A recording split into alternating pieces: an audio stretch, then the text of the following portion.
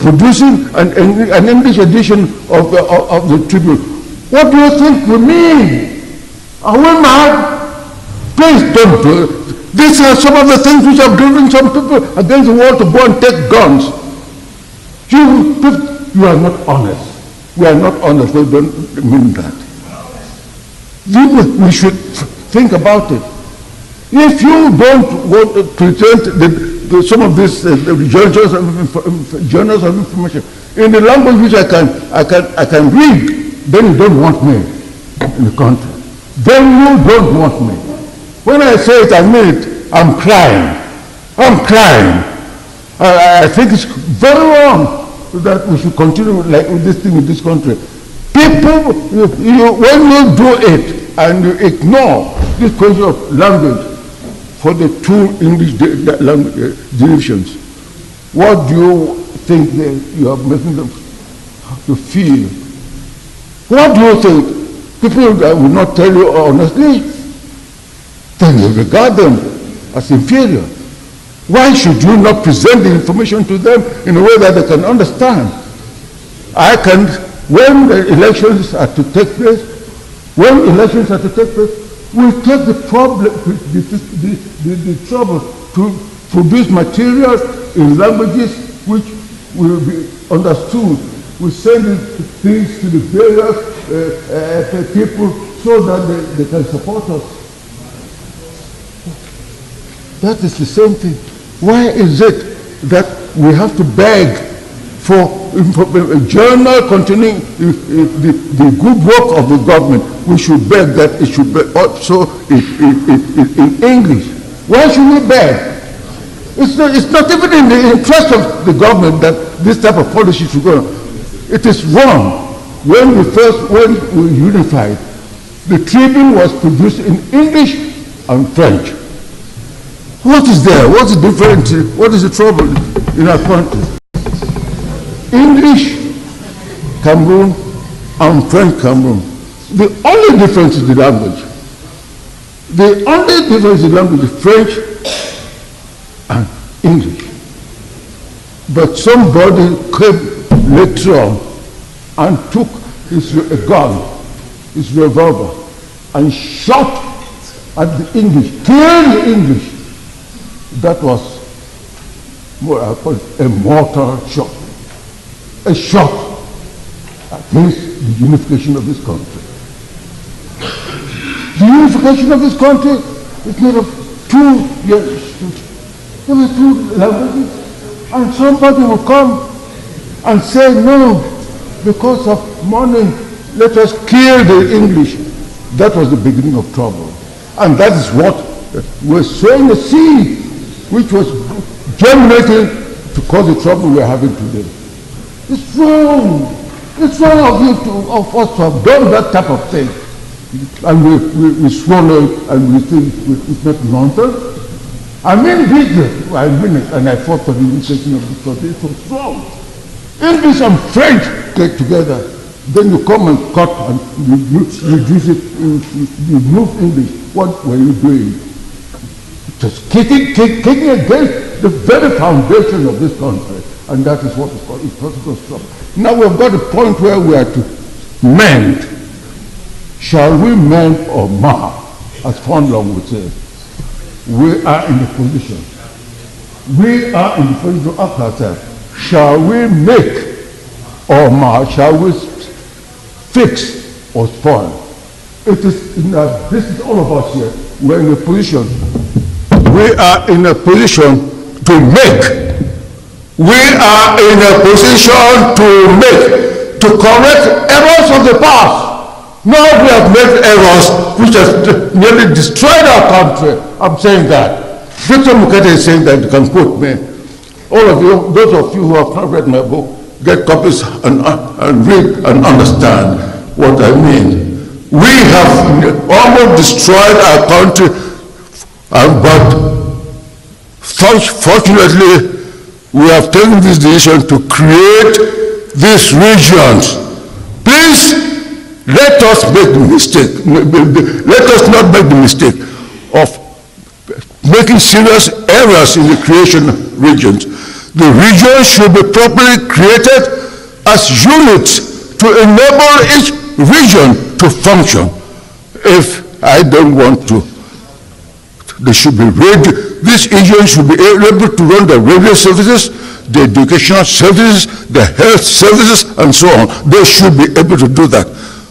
Oh, small countries, which are only perhaps 200,000, running governments and running the services.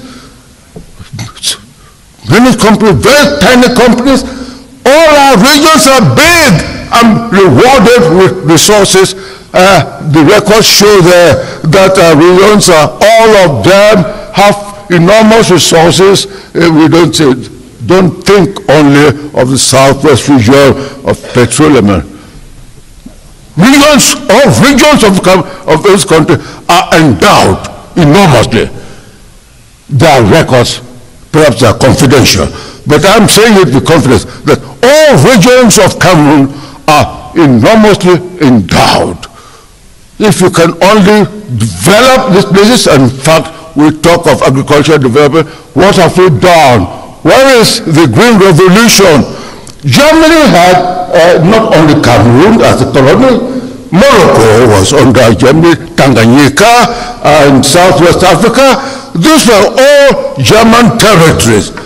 When after the First World War, who had the same level almost, well, that's all territories. I think Morocco and some other, we were almost on the same territory, German territories, but where are we today? Others have gone ahead. What are they? They perhaps don't even have more better resources, but we have lagged behind. And we talk of Green Revolution. The Green Revolution can do wonders. The Green Revolution can do wonders. Where are you? Where are you going to? Why have we not got a Green Revolution? I have been to the place where we make tractors. Is it Ebola? Mighty, the smallest tractor there is 60 horsepower. Mighty big, those, they have a place in this country. But a mistake was made that they did not make small tractors which would be useful for family farms. Those 60 horsepower tractors will not go to some, and 80% of your families by small farmers. Where is the mechanization for them? A lot of stuff built. We need mechanization, small tractors, small planters, small trailers, because if you give money to a small farm, and get help and fertilizer to fertilize. That family farm, if it's well done, the produce which it will produce with the use of fertilizers will so much that in fact it will be faced with what we call a problem. How will you get that produce out of the farm to the house? The tractor, the trailer, 7-ton trailer cannot get there. You need a 5-ton trailer, a small tractor. Where we live in, these are things, if we think, if the planning is done, and there's a green revolution done properly. You have been there, Kenya, I've been to some of these places to see what's happening. With worse conditions, and people do drip irrigation. It is taken as theory. It's a reality. Drip irrigation is a reality going on. Others are doing it. A farm of about 2 hectares, properly done with drip irrigation, fertilizers, will produce. I mean, that's what's happening in Vietnam. You go to some of those places, 2-3 hectares, you see a person living in a comfortable house and a little car there. Not more. It can be done. What that little farm will produce can keep the farm comfortable. We are not doing it. We think it's green. Even there was some time when they started a fertilizer factory. What became of that? What became of that? The fertilizer factory. And we cannot, we are farmers are not importing every ounce of fertilizer we want. Whereas we produce petroleum here, and what is that? Nitrogenous fertilizer is a simple paper process to produce nitrogenous fertilizer. There was a factory. What happened to our project in the 60s? Fraud, corruption, and then the factory. And it's one of the things we should do to produce fertilizer in this country. We should do it when we have petroleum. And so I have taken so much time off them. But I am talking with tears. I'm over 100 years old.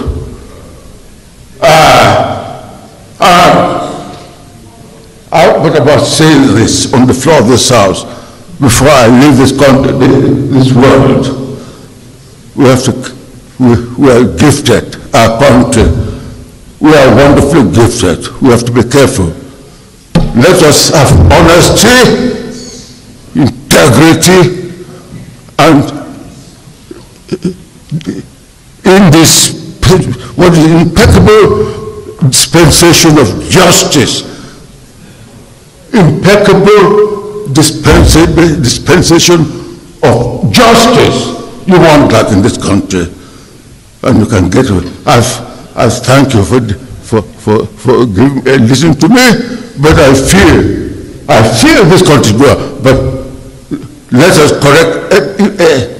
And we can't have a situation there anymore where a governor will do everything, tackle everything. No, we should not do that. No.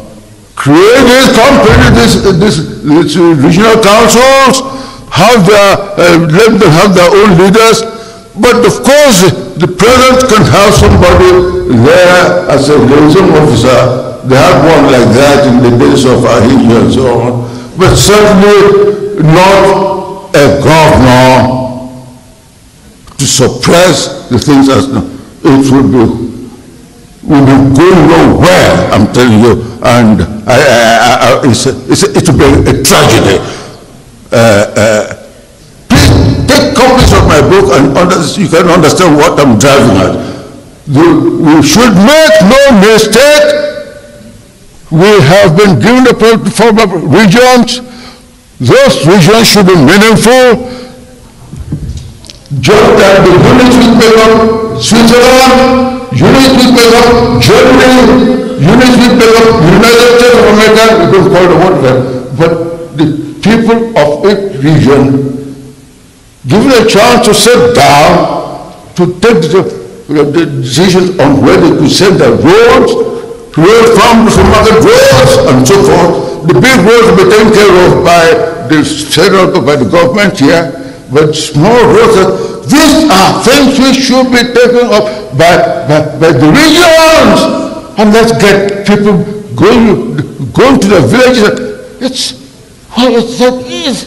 easy.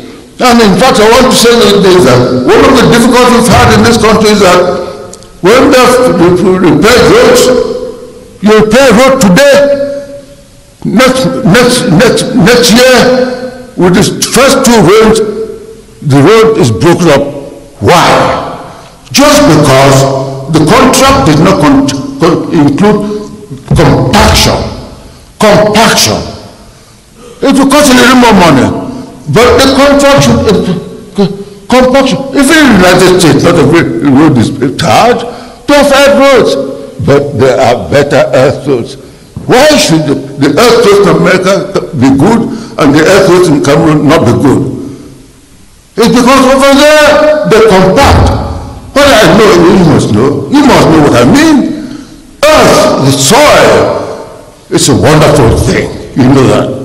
It's a soil, a block soil, piece of soil, knocked, and we can withstand rain. But if we don't compact it, it will be, and now the roads are not compacted, that's why we're having trouble. Compact your earth roads, and you have that soil. And you might even go higher. And of course the soil, subjected to heavy pressure and to high temperature, it becomes almost as strong as a stone. You know that.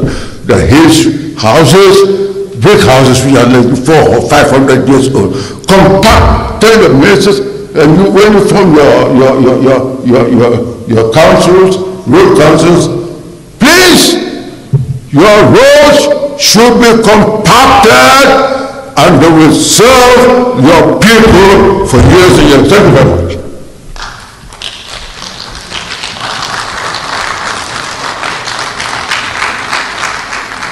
I don't see Mr. Doyen.